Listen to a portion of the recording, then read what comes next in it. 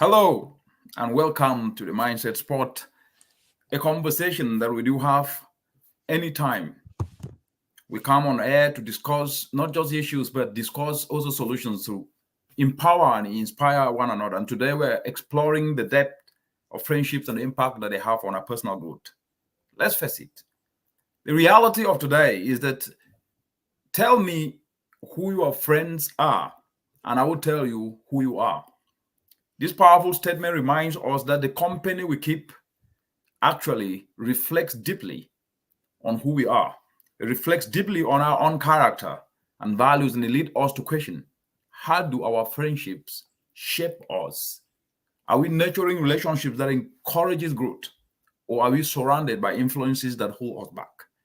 And so today, that's the focus. And I'm joined by my co-host, Daniel Afumbom. Daniel, yes, it's another day and it's another mindset spot. What says you? Yeah, so I'm glad to be back. It's been a while, but this episode, as you said, we're exploring the depth of friendships and the impact we have on personal growth. And through this episode, we'll realize that the saying "who you are is who you surround yourself with," if it's really true, and if it is, then we'll talk about how it can affect you and how it affects the society we live in based on who we hang out with. Absolutely. Very important point that you're bringing up. And the reality is that when you look around, this saying that tell me who your friends are and I will tell you who you are rings true. So my question then is on this aspect of the value of quality over quantity in friendships. And so the question then goes, why is having a smaller circle of close friends more beneficial than having a large number of acquaintances? Is this carelessness? Can one attribute this to carelessness? I don't necessarily think it's carelessness. However, I do think that having a smaller circle of friends generally is the better option because when you have a smaller circle of friends, it's easier to know who's real and who's not. But with a bigger circle of friends, it's harder to do so. And also with a smaller circle of friends, the chance of them sharing similar interests as you and the chance of you guys being similar is higher and having the same aspirations, the same goals. And I'm not saying that you and your friends, yes, would be like 100% the same, but if you guys have the same mindset, then it'd be easier to grow rather than having friends with completely different mindsets and different values. So that's how I think that having a smaller friend group is more beneficial. However, having a big friend group necessarily isn't bad, but it just makes it a lot more inconvenient when you're figuring out who your real and fake friends are. And also sometimes your friends may have conflicting ideas, which can then change your values, whether positive or negative. That's a very important point. I think the point that you are bringing up is now taking me to the point of who is really a friend. Because a friend should be someone who understands your past, believes in your future, and accepts you today just the way you are. Friends are the people in your life with whom you share joy, with whom you share sorrow, with whom you share moments of laughter. They offer support during tough times. They celebrate your successes and provide companionship without judgment. A true friend listens with empathy and offers advice when asked and stands by you through life's ups and downs.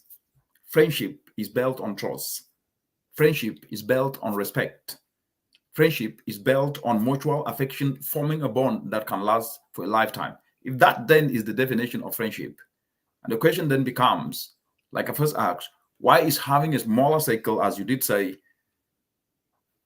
of close friends very, very important?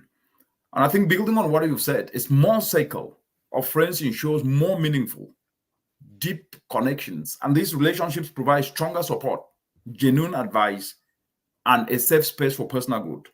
With fewer but closer friends, we can invest more time and emotional energy into each other's relationship, leading to bonds that are rich and fulfilling. I need a definition of friendship. I said who we are, not what we are. But today, having more friends and being more popular makes some people think that they are in a better space. Do you think that that is falsifying in itself? Because not everybody that is acquainted with is a friend, but sometimes we mistake acquaintances as friends. Do you think we're making a mistake, especially for young people? And this topic is very, very important. For those of you who are joining, you are talking about the value of quality over quantity in friendships. And the question then is, Why is having a smaller circle of friends, of close friends, more beneficial than having a large number of acquaintances? And so, Afu, on that point, I will move to this aspect, which is how can we identify which friends truly have our best interests at heart? Is it when you have that they come, or is it when you are done that they will be with you? Do we still have those true meaningful friends today? Tell me your friend, and I will tell you who you are. Yeah, so you brought up a really good point, and I'm not wishing bad on anybody, but let's say something bad happens in your life. The way to test who your real friends are the ones who stay with you and the ones who like are with you when you're down, not only when you're high. And the ones who just come when you're on a high and when you're on a low, they're not there. That's how you know they're not real. Because real friends, they don't want you just because of your material possessions or because you're quote unquote popular or because you're smart or because you're like athletic. They want you because you share the same mindset as them and because you have similar values and you can exchange ideas, right? Because back in the day, back in like Plato, Aristotle, back in the philosophers' times, they developed friendships with each other because they could exchange ideas, right? So similarly today, friendships are formed through being able to exchange ideas and exchange values with other people. And the way that we can find out who our real friends are when we're not in our highs, because our lives are like a roller coaster. They have ups, they have downs. When we're not on our highs, who stays with us, and from then we can be able to figure out who's real and who's fake, and not necessarily who's fake, just that who is more an acquaintance than a friend. Because I seem to see that the word friend has become used very loosely in this century. Absolutely. A word friend have been used very loosely now and then, and especially the point where when you are down, as you rightly said, they disappear. And then they come when you have something to offer, meaning that the true meaning of friendship, which we're supposed to be there for one another, when we are up, when we are down, when we have nothing, when we have something, we must have them stand with us. And so I couldn't agree more with what you've said, because the reality is this: true friends are those who accept us for who we are, who support us unconditionally and challenge us to be better without expecting anything in return. They are those who stand by us during our lows and celebrate our highs. Identifying them involves observing who is there for us during critical moments and who consistently offers us their time and attention. And now this takes us to the next segment of this conversation, which is the impact of friendship on personal development, because we cannot wipe out the fact that regardless of where we are, whether in our professional spaces, in our personal spaces, in our family spaces, we must be able to ensure that at least the impact on our personal growth with those we interact with are felt. And so the question then becomes, in what ways do our friends influence our personal development? What do you think we need to look out for somebody? Because there are a lot of people out there who are inebriated and sometimes even snowed on by many people, especially when they're up there. And then they forget those on at the bottom who lifted them when they had nothing. So the question then becomes, in what ways do our friends influence our personal development? And what should we look out for? Well, yeah, I think friends do influence personal development a lot because you spend most of your time with these people, and sometimes even more time than with your family. Like if you're at school, you're at a dorm, you have like your friends, right?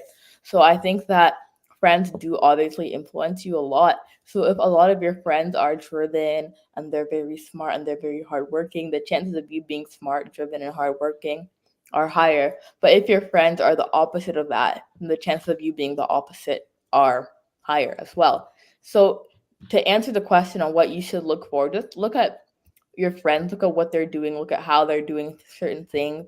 And if they're doing it in a way that aligns with your goals and your values and your future aspirations, then it's good. But if they're not, then you should probably find new friends. We should probably find new friends. My friend Ivan Chamokong said a great job, Afu. And Francis said, Doc, I'm falling. Thank you very much. Thanks to you guys. And we are conversing. And for those of you who are just joining in, discussing how we can explore the depth of friendship and the impact they have on our personal growth and development. And as Afu have said, we need to ensure that friends, they play a critical role in shaping our beliefs. Yes, they do, in shaping our behaviors and attitudes. They can influence our decisions, inspire us to reach our goals, and provide different perspectives that challenge our own. So through these interactions, we can learn, we can grow, we can evolve into more rounded individuals. But the reality is, do we still have those friends today who can help shape our perspective and challenge us to be better? And that takes me now to the point which I think, how do we cultivate and maintain meaningful friendships? Because is it just about going out there, drinking, dancing, talking? Because what is making a difference, why I brought up this topic, so that we can have a conversation with you as my co-host, is because I think the meaning of friendship today is being misconstrued to mean only good times and not times when somebody is down. So to what extent can we be able to ensure that some effective ways are put in place to cultivate and maintain meaningful friendships? What should we look out for? What should we use as red flags to determine whether this is friendship or not, or is just an opportunity for someone to associate, to benefit when you are up, and when you are down, they all disappear, and even your phone calls, they don't answer. These are realities that do surface each and every time, and many people pass through this. What says you? Yeah, so that's a good point, and I think a lot of people relate to this because a lot of people use the word friend quite loosely, and I believe that through the word friend, it shouldn't just be someone who I go out to enjoy with, someone I go to parties with, but someone who's there during the ups and downs, as we know. So, quote unquote red flags. I think some red flags include, like I mentioned earlier, if you're at a low right now and people aren't there, then they're not your real friends. But also people who aren't happy for your successes. Let's say you get promoted and they just seem pretty lukewarm about it. They don't even say congrats. They're just like, oh, okay. That could be something to look at. So just not only when you're down, but even when you're up, just see the way that some people react to things. And from there, you'd be able to truly sense if they're real or not. And everyone has their own intuition. So just listen to your intuition and just listen to what you think deep down, because and listen to your gut, it's probably right. So yeah. Very, very important. I think let's look at what the uh, viewers are saying. Read this.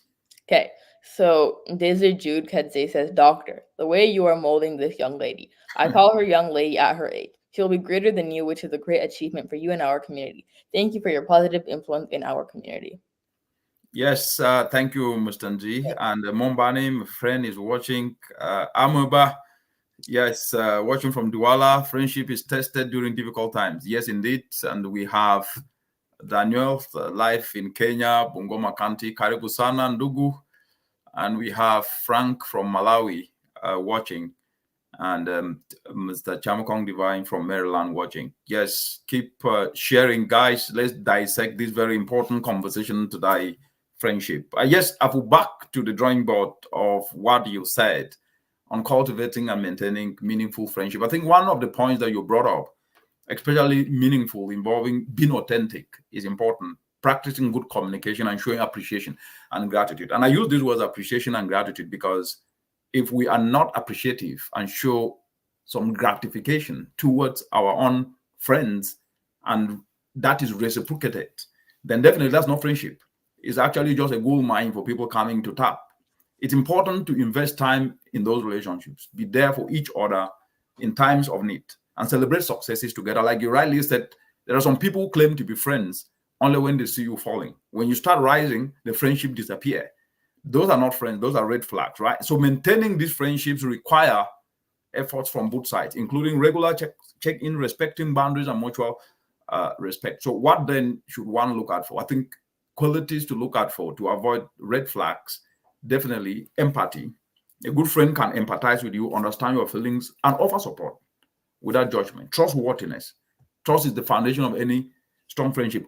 People only associate with others nowadays when they see that they're rising. The day you fall, they disappear. And then the aspect of support. A friend is someone who stands by you in good times and bad times, offering encouragement and assistance when needed. But yet, we also have some today who, instead of sharing common interests, they don't share common interests. They really take you away. And the red flags, the aspects you mentioned, which I just want to reiterate, which is one-sided effort. A friendship should be a two-way street. If you find you always the one reaching out or making effort, it may not be a balanced relationship or friendship. Disrespectful of boundaries, A true friend should respect limits and personal space, right? Constantly overstepping boundaries, dropping into people's homes without even alerting them that you are coming, getting through. Look, these things are real. Then gossip or betrayal, sharing your secret with others or talking behind your back, it's a sign of trust breach, which is a red flag. And lack of empathy. Friends should care about your feelings. A lack of empathy or understanding, especially during tough times, is a red flag. And so the steps to take is always evaluate, take time to reflect on your friendships, consider whether they bring positivity to your life and align with the qualities you value. If they don't bring positivity, why are they there? Communicate. If you have concerns, communicate with them directly. Set boundaries, invest in positive relationships, because the reality is that we must nurture relationships that are supportive and reciprocal. Spend your time and energy on friends who value your presence in their life.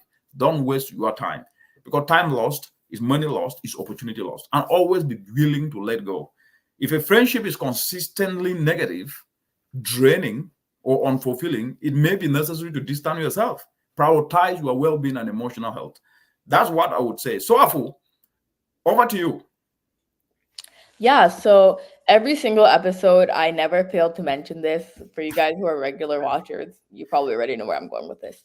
But how do you think that digital footprint and the rise of social media is impacting friendships today? And how do you think that we can leverage social media to create meaningful friendships? And also, on the contrary, how do you think social media is ruining friendships? Yeah, I think very important question. First of all, because everybody have access to the internet and can light up their camera to gaslight and say anything that have been said to them in secret. Some people feel that the social media space is the space in which they can tear and burn bridges and tear down others, which I think is unfortunate. Because let's face it, social media can impact friendships negatively. We are seeing it in silver ways. But understanding these challenges is the first step towards addressing them. And I will give some reasons why social media might affect friendships negatively and how we can work to counteract them. And the first is very important question: comparison and envy. That a friend comes and posts something that does not even exist, standing in front of a Lamborghini, and then the other friend, who in quotes claiming to be a friend, sees it and start feeling very bad because maybe the friend didn't tell him or her, or that the friend is rising and he or she is behind. So social media often portrays an idealized version of life, which is not true, leading to comparison that can spark jealousy and dissatisfaction among friends. Seeing only the highlight of others' lives can create unrealistic expectations and diminish the value of genuine connections. And this is happening. I want to see people who are not genuine friends in the first place using that which doesn't even exist. And then you see the friendship crumbling and negativity, negative energy triumphing. So the second is miscommunication and misunderstanding, which is without the nuances of face-to-face interaction, such as the tone of voice and body language, messages on social media can easily be misinterpreted, leading to misunderstanding and conflicts among friends. You know, now everybody puts on a camera, comes online, talk about topics that they are not even experts on, try to talk about issues that they are not experts on. And sometimes with good intent, they say things that are off topic and might touch aspects that their friends may feel that they were trying to sabotage them and belittle them. We see that happening every day. So the privacy concerns over sharing or posting about friends without their consent can lead to privacy issues and discomfort, potentially harming friendship. We've seen this, where you discuss something in private with somebody, he goes online and share it just because of likes and just because of views. Then a whole friendship ends up crumbling. And then the worst part is attention and validation seeking. We see it, right? Where a focus on gaining likes and gaining comments and followers can lead to a cycle where self-worth is tied to online validation, distracting from the depth and authenticity of real life friendships. And so we'll say we have friends on social media, which in reality, they're not necessarily friends. And I've argued this so many times from a very personal perspective. Yes, social media is a space where you should never seek validation, because this is a virtual space. And if you think that your self-worth is going to be measured by the number of likes and comments you have, then you are undermining yourself. If you send out a post on Facebook and receive one like, that's okay. The fact that you've sent it out and you meant good, one day it will help some other people. So it's not the number of likes and clicks that matters.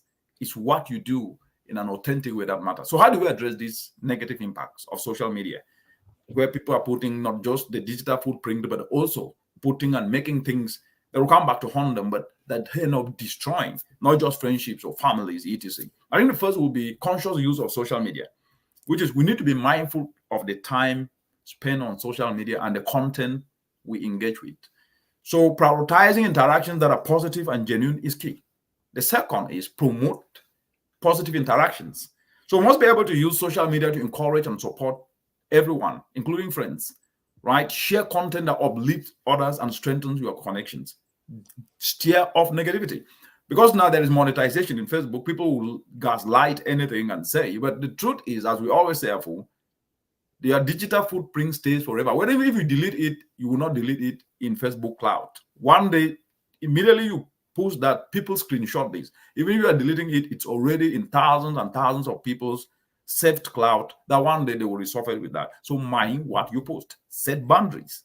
Establish clear boundaries regarding social media use within friendships. This includes respecting each other's privacy and being cautious about what is shared publicly. And the last aspect is, and I always say this, communication is key. Address misunderstandings offline.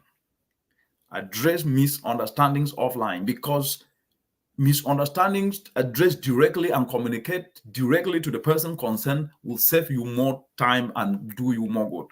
Honest communication can prevent many issues that arise from online interactions and trying to bring every issue from family, from friendship, from school, from work online. People will be sympathizing with you there, but stabbing you at the back. And if you can be able to educate yourself about digital well-being, that is, promote awareness about the importance of digital well-being, like we are doing here today with AFO, including the potential negative impacts of this social media on our mental health, especially, we can then be able to make a lot of progress. I can tell you, if you ask me what is the biggest challenge of the century, I would say two things. Number one is social media misuse. Number two is the food we consume, because food is fuel. And if we do not consume good food, then definitely we will be unwell. And if we're unwell, then we'll not be able to do what we need to do. So what we consume as food, eaten through our mouth, we also consume information that sometimes, most of the time, what is consumed on social space is not necessarily what can transform, but only what can retrogress. Over. Yeah, so you brought up a really good point. But I'd like us, because I was very the contrary, I'd like us to talk about how social media can enhance friendships as well. So do you have any notes on that, on how social media, because it's a digital global platform, can allow us to meet like-minded individuals? Yes, of course. Social media is a space that can be leveraged for good. And that has proven. But the problem is that social media as it is today, negative news flies more and get more views than positive news. And what does that do? The reason why I took that dimension to answer this was that the fact that social media have the good, but we tend to focus on the negative, it means that we need to shift that. How do we shift that? By talking about the positive, even if you don't have clicks on them, by making sure that we don't do what will have more clicks, but do what is right. And so the answer to your question is very simple, which is to ensure that we start to do that which is right and leverage the opportunities that social media do offer for meeting people and for building friendships. How do we do that? Interest-based groups and pages, social media platforms that host a myriad of groups that share positivity, that share aspects that enhances not just your mental health, that meet people with the same vision like you. Very, very important. And also leveraging social media to create connections, which is meet up with people that have same interests like you do, and at the same time share positive information. That is very, very important. But before we reach there, we need to understand where we are, what I call the state of play. The state of play on social media is that negativity attracts more views and more likes.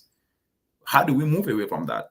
Start to understand that that is going to destroy your future, because the digital footprint that you imprint out there will not disappear even if you delete it. It will stay there forever, and it will haunt you in your job site, in every space that you go to. Therefore, to answer your question very easily, leveraging social media to create connections that can be able to help people to make friends is be authentic. Present yourself genuinely. Authenticity attracts people who will appreciate you for who you are. Engage meaningfully. Instead of shallow interactions, try to engage in meaningful conversation to build a deeper connection. Be respectful and open minded. Respect others' opinions and be open to learning. Prioritize what you say out there and make sure that you don't hide under behind fake names and use your real names and say that which can help lift others up. That is how we can leverage the positive aspects of social media responsibly and mindfully. It can serve us as a powerful tool for expanding our social circles and enriching our lives with new meaningful friendships. Overful. Yeah, that's excellent. And before we wrap up, I just had one last question. And the question is not necessarily social media, but within day to day life.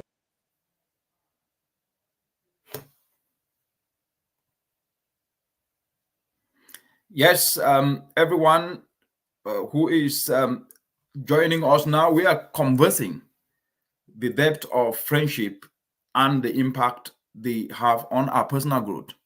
I think before Afu got off, which she's going to connect, but think of online connections, we were discussing how do we ensure that we can then be able to nurture friendships that go beyond just what we have to how do we move with the same people regardless of where we are, whether we're at the bottom or at the top, move forward because of the common interest of positivity. And that is a win-win for each and everyone. Yes, Afu, before you Yeah. got off, you were asking a question and I'd like to hear from you again. Yeah, so I was just trying to trying to make it bigger, but then, technology. But to the question, I was wondering how, and in a lot of spaces, people feel like they like, for example, at school or work, that they're forced to be friends with people because they spend so much time with them. What do you say to those people that think that just because they spend so much time with someone, that means they're obligated to be their friend? Yeah, I think this is the point. I think I did define friendship upfront, and I think I will still go back to that definition. I said a friend is someone who understands your past. It's someone who believes in your future. It's someone who accepts you today just the way you are. Let's underline the words just the way you are. Friends are people in your life with whom you share joy, whom you share sorrow, and moments of laughter.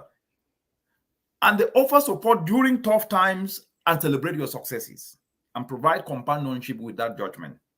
A true friend listens with empathy, offers advice when asked, and stands by you through life's ups and downs. Underline ups and downs.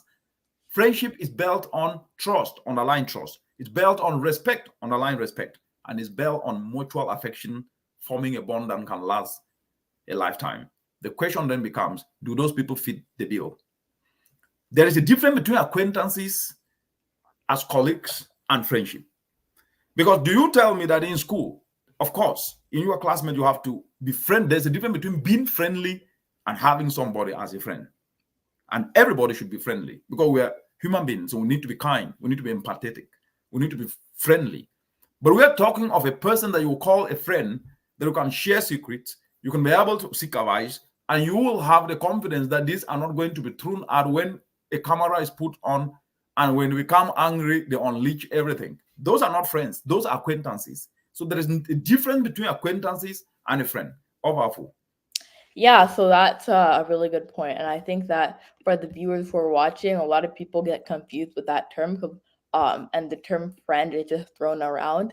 So we just need to critically analyze who is real and who is fake. And before, like we mentioned, you can do this through when you're in a low time, see who stays, and also when you're up, who is genuinely happy for you and who seems kind of lukewarm about your success. Because when you're truly friends with someone, their success is your success. And there is a common phrase, well, it's a sound on TikTok where it's like, if there's five dumb people, look around because there's six. And that relates back to our point of you are who your company is. So if you're around people who are not the brightest, who are also not the most ambitious, the chance of you being like them are high. However, if the people around you are very intellectually stimulated, very hardworking, determined, ambitious, you should surround yourself with people whose goals are aligned with yours so that number one, you have things to talk about, and number two, you're surrounded with people who align with your vision and mission. Excellent, Afu. Let me get back to this point, which is a discussion that I think we always touch on. The truth is this: the reality is that the structure and the architecture of the world is such that people try to minimize those who are nothing and prioritize those who are something. Yet, being something does not guarantee that you remain something forever. And being nothing does not guarantee that you remain nothing forever. What makes the difference between any human being is seizing opportunity. And to seize opportunity is not from whether you come from a rich family or from a poor family, it's how prepared you are. Yet, when we were in school, going to school without shoes, in primary school, to secondary school, to high school, where we started wearing shoes, there was always this clique that we used to have where they will have money, they will go to what we call big move, they will eat. We had nothing. And we had no friends. But because we were very, very intelligent and sharp in class, and we were number one most of the time, we started gaining attention. And people started to flock towards us because, and I use the word us intentionally, because they could be able to get their math equation solved, their physics equation solved. So what I meant by bringing up this is that everybody is important. And sometimes you make yourself important by offering value. And when you offer value, you will attract people towards you who will end up sometimes becoming friends with you, not necessarily because they liked you, but because of what you offer. And these are different kinds of friendship. In the world of today, it's not a matter of only having people who will tell us, hi, you are full. Oh, your hair is nice. Oh, doc, your hair is you good haircut. That's fine. But the question then is, it's about transaction. And I'm bringing up this point because it's very important. Friendship at the end of the day is about transaction. When there is sorrow and they are with you, when there is success, they are with you, that's transaction. And I'm sorry to say this because a lot of people just think that everybody should be nice to them without asking, what am I offering for others to be nice to me? So with that value, there is really no way you are going to make friends up there. People say, oh, my friend is a prime minister. Yeah, that's fine. But it came as a result of you offering value.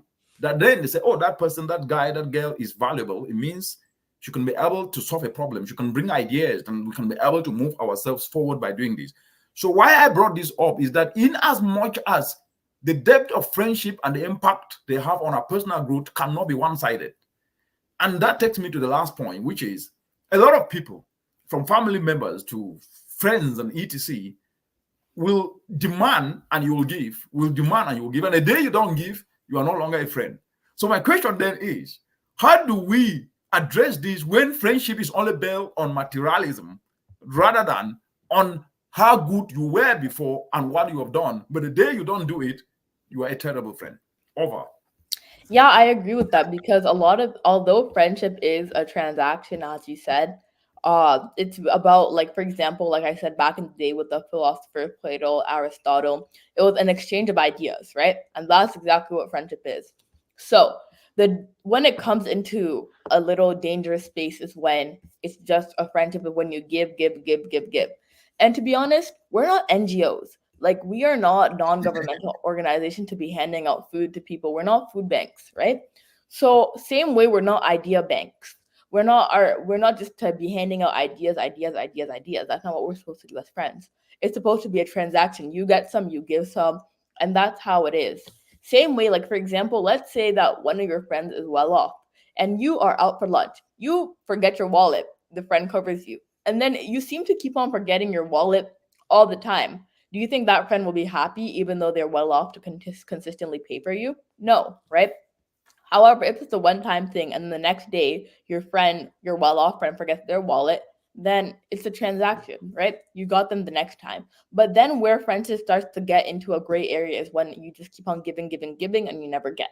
Because at the end of the day, humans are not food banks, they're not NGOs, and they need the same respect and compassion as well. So to just condense this point, I agree with you. And also, this is not only just through, for example, material items, also through exchanging ideas. Because at the end of the day, if you leave a conversation with someone feeling drained, are they really the best friends to be hanging around? No. So yeah.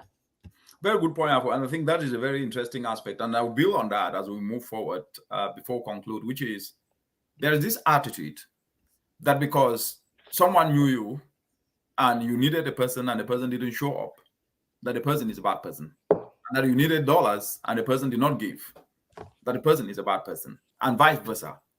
Do you think that is how society should move? And if so, why? And if not, why? I personally don't think that society should move that way, and this is because people are human beings. They have ups, they have downs. So just because you're at a down doesn't mean that person's gonna be at their up, right? And also, the person, let's say someone helped you one time, it doesn't mean that it's their obligation, it's their fiscal responsibility to pay for you. Like, for example, during tax season, they should not be saying that half my money went to XYZ. That's just not the way how it works. And these people, if they give something to you, you should appreciate it and know that it's out of their kindness, but that does not mean that it's constant. So if someone gives you something once, be thankful, move on. And also, if someone doesn't give something to you, don't take it personally because they probably have things going on and other ways to spend their money. And at the end of the day, it's their money, so they can choose to spend it on you. If they do, great. If they don't, it's okay because at the end of the day, it's their money. So in conclusion, I do think that people should be more appreciative, and appreciative also comes into friendship, as you cannot just keep on giving and not just not experience any appreciation. At the same way, you can just keep on receiving and not be appreciative. Very good point, Afu. And when we talk friendship, people think that they are those out of the family. Of course, even within the family, they are friends. And there is friendship.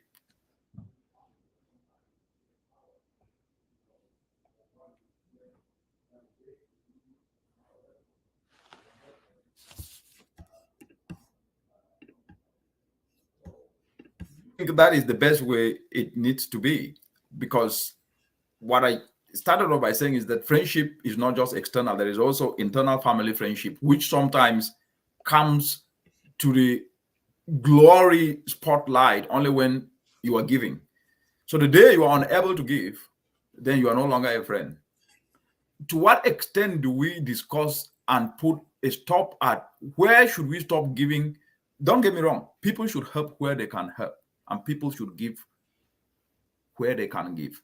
But the question then is, should you starve yourself to help to be called a friend or not? And if so, why? And if not, why? No, because at the end of the day, let's say you starve and all of this and you die, the person's still going to be there, right? And a lot of people believe that just because they're family or just because they're friends, they have an obligation to help no matter their own personal circumstances. And I think that we should start to realize that help isn't only fiscally, it's not only financially, it's not only monetarily. Help can also just be emotionally, just listening to someone when they're I sad. think that's a good point. That help is not only materialistic, no financially, it can also be emotional. Please expand on that. That's a very good point. Yeah, so I do think to an extent we have an obligation to help, but help should not only be deemed as how much money you give to someone. And help can also be, for example, if someone's down, you help them, you tell them if they need advice, you give it to them. Sometimes even just listening, being a listening ear, that helps. But from a fiscal perspective, I do not think that people have an obligation because at the end of the day, everyone for themselves, God for us all. So with that mindset, I do think we should still help people. But if you don't have the current means, you should not be shunned or you should not be looked at in a negative light because you cannot help in that moment. And just because you can't help fiscally doesn't mean that your other services are rendered inconsequential. If you can't help fiscally, you can help emotionally, you can help mentally. If you're good at cooking, you can cook them something. Just because it's not with money, just because you're not transferring them $100 in the next instant, just because you're not PayPaling, Venmoing, Cash App, whatever systems in your nation, just because you're not doing that on site immediately when they need money, doesn't mean that you're a bad friend, doesn't mean that you're a bad family member. That simply means you don't have. but you can have in other ways, because friendship isn't only about material, it's about helping each other in emotional and in a spiritual way as well. Even praying for someone, that's still helping them. So yeah. I like that. You can pray for someone that's still helping them. That's a very important point. Why I'm bringing up this topic is because it's real. As we're speaking now, there is someone somewhere who is going through stress just because he's been asked money by a family member and he or she genuinely do not have that money. But he or she is going through stress because he's been called names or you are not able to help. But the person has been helping through art.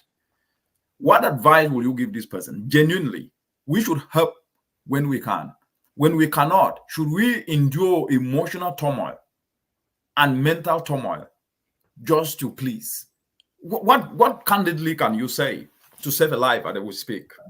Save a life is wild, but yeah. So I think that to those who are watching, because I know there's some of you out here who are in this position right now, for you guys who are watching, to be honest, don't stress yourself over someone else.